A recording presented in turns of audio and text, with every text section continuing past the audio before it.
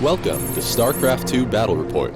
My name is Dustin Browder. I'm the lead designer on StarCraft 2. And I'm Robert Simpson, a Blizzard esports team member. We've got a great game for you here today. We have a battle report between Yun-Ho Lee playing as the blue Protoss versus David Kim as the red Terrans. They're going to be duking it out on Lost Temple. The map name may sound familiar. Yes, it has been redone for StarCraft 2. This is a classic map from the original game that we've done a few additional tweaks to for StarCraft 2 to get some additional game plan. We've got two bases here. We've got David Kim here on the right-hand side as the red Terrans. And you can see that these players are very close together as the bird flies. There's a very small amount of space separating these players. But if you move across the map, we can get a look at a few of the features which will be key to this game. There's a very narrow choke point leading outside of your base. It's a great place to defend. There's sort of an area here where you can naturally and very easily expand your base to get some additional resources, and another choke point to defend, a wider choke point this time, but still something you can defend against enemy attacks. There is some high ground here that you can sort of hope to use against your enemy one way or the other. You can sneak some forces there.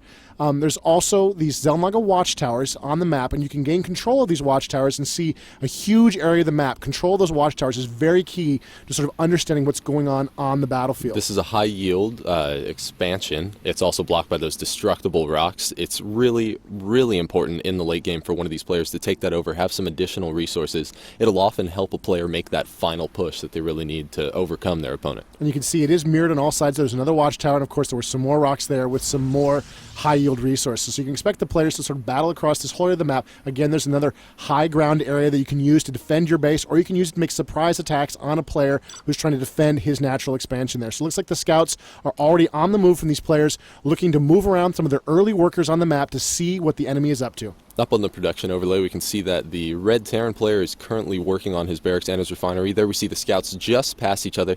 So now David Kim might have a better idea of where exactly Yun-Ho's camping out. We'll see if he sends his SCV to that 12 o'clock position or not. Meanwhile, back at David Kim's base, he is working on blocking the front of his ramp with his barracks and two supply depots. This is a very natural thing for Terran players to do, especially against Zerg or against Protoss, to try to block off your ramp there to prevent sort of early attacks with Zealots.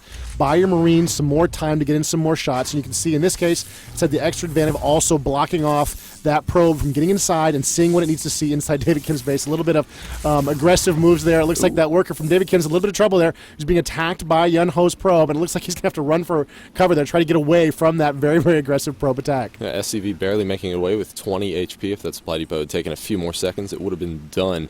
We can see that David Kim is going for an orbital command. Very early, he wants to have his resource advantage. Yeah, there we go. There's the worker trying to get back in the base. You see he lowered his supply depot to let the worker back in. He had a Marine there to drive off that probe. So it looks like David Kim has managed to see what's inside the Protoss base, which is what he needed to do. He needed to scout, and he has done so successfully. Meanwhile, the Protoss right now are blind. They don't know exactly what's going on inside the Terran base. There's not a lot of possibilities at this point, but this only becomes a bigger issue later on. He needs to see what's going on inside so he can make smart tech choices. In Yun-Ho's base, he has gone for a single gateway and obelisk as well as a cybernetics core. This does mean that he's going to be going for stalkers and warp gates relatively early in the game.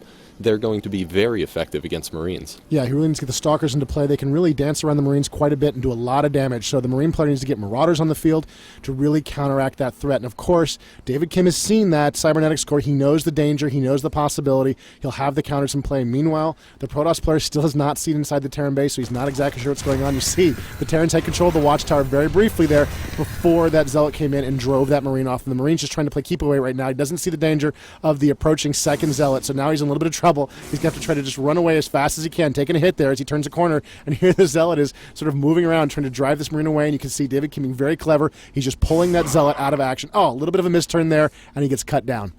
Back in David Kim's base, he has lifted off his barracks, replaced it with another supply depot so he can maintain the block on the front of his base. He's also built a factory and used an existing reactor. He had lifted off that factory, landed on it, and built 2 Hellions. This means that we could see some very, very early resource harassing.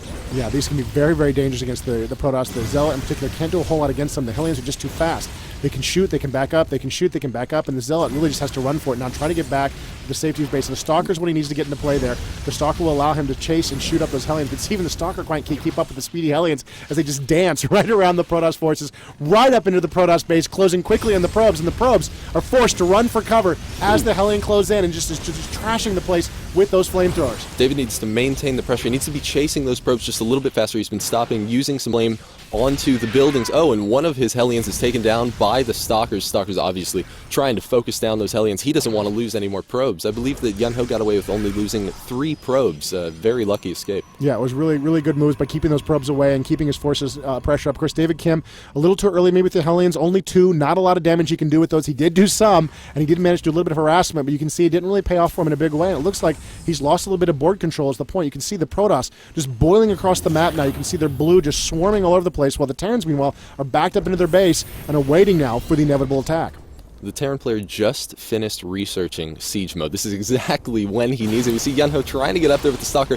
Siege tank just barely out of range and going to be barreling down onto those Stalkers, forcing Yunho to retreat. Yeah, that's the kind of damage he does not want to take right now. He cannot afford to take that kind of damage with just those Stalkers. He needs a lot more forces if he's going to break that choke point at this point. Some interesting moves here from David Kim. It looks like he's going for double command centers at this point. Backed up into his base, he can lift off those command centers as the Terran and fly them to any location on the map, but still, it's a very bold move for this point in the game. Yeah, well, he really needs to catch up on resources. You can see that Yunho did have a second base already established that's at his natural expansion, so he really needs to play his A game, and he'll likely be expanding to the island expansion since he can lift off his command center. Yeah, this is what one Terrans commonly do on Lost Temple, both in the original StarCraft and in StarCraft 2, using the Terrans' mobility with their command centers to get access to some high-yield locations. The Protoss do have some strong air units they can use to try to harass those expansions, Void Rays in particular, but, you know, in a game like this where the players are so close together, it can be very difficult for the Protoss player to realize the danger, and in many cases that expansion will simply go undetected.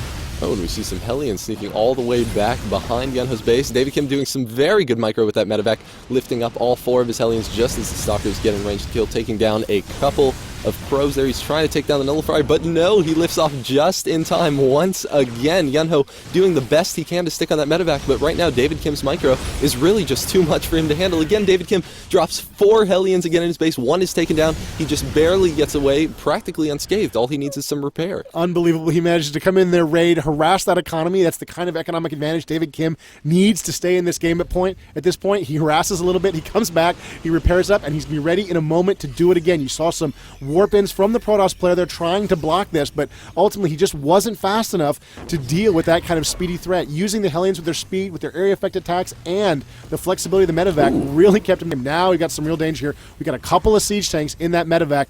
Let's see where those things are going. Now, this is something that you saw relatively often in StarCraft 1. They would use their dropships in combination with the siege tanks, and I think that David Kim's going for something very, very similar to that, especially with the way that the Stalker fire works. If a Stalker gets off his volley and the Terran player is able to pick up that siege tank again before the volley lands, that means the siege tank's not going to take any damage. Yeah, it'll actually miss, and this is something that really gives the Terrans a big advantage at this point in the game. If he can get those siege tanks to a good position, he can do a lot of damage. You can see the Hellions there harassing those Protoss player, making his Zealots just a lot less effective, and there's the landing position, moving up to a classic location in Lost Temple, getting control of the high ground, even more powerful in StarCraft 2 in many ways than it was in the original StarCraft. If you can't see those units, you can't shoot them, and you can't see on the high ground without some kind of aerial spotting. You can see the Protoss are in a lot of trouble here right now. There goes a pylon, and the probes are forced to run away as the siege tanks just pound this helpless expansion. And here's the Protoss response. An observer, a flyer cloaked, moves into play. The Terran doesn't know the danger. He doesn't know that he's there right now, and it looks like Blink is being researched, which can allow the Protoss to get to that high ground and get at those siege tanks. Protoss player is just biding his time until Blink is finished. He's trying to keep the Stalkers out of the siege tank range. Obviously doesn't want to take any damage without being able to fire back, so Blink is going to finish likely in just a few seconds, and we'll see him use that observer to get sight up on the hill, and then blink up and... Oh, and here it comes, going for the surround on the siege tank, going to be taking them down. We do see some extra